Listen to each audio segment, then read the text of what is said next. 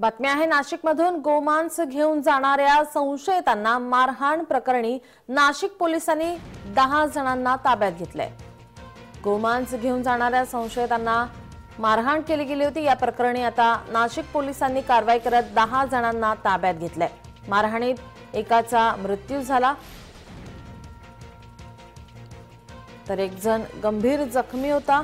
या प्रकरणी नाशिक पोलिसांनी कारवाई करत 10 जणांना ताब्यात घेतलंय। गोमांस घेऊन जाणाऱ्या संशयितांना मारहाण केली गेली।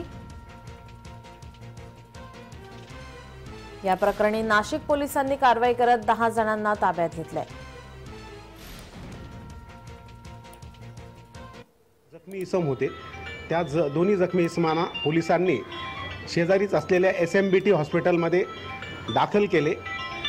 त्यातील जखमीमधील एक इसम मयत झालेला आहे आणि जो जखमी व्यवस्थित आहे त्याची फिर्याद घेऊन आम्ही घोटी पोलीस स्टेशन येथे मर्डर आणि रायटिंगचा गुन्हा दाखल केलेला आहे आणि त्या गुन्ह्याचा तपास चालू आहे। त्यातील 10 संशयित आम्ही ताब्यात घेतलेले आहेत।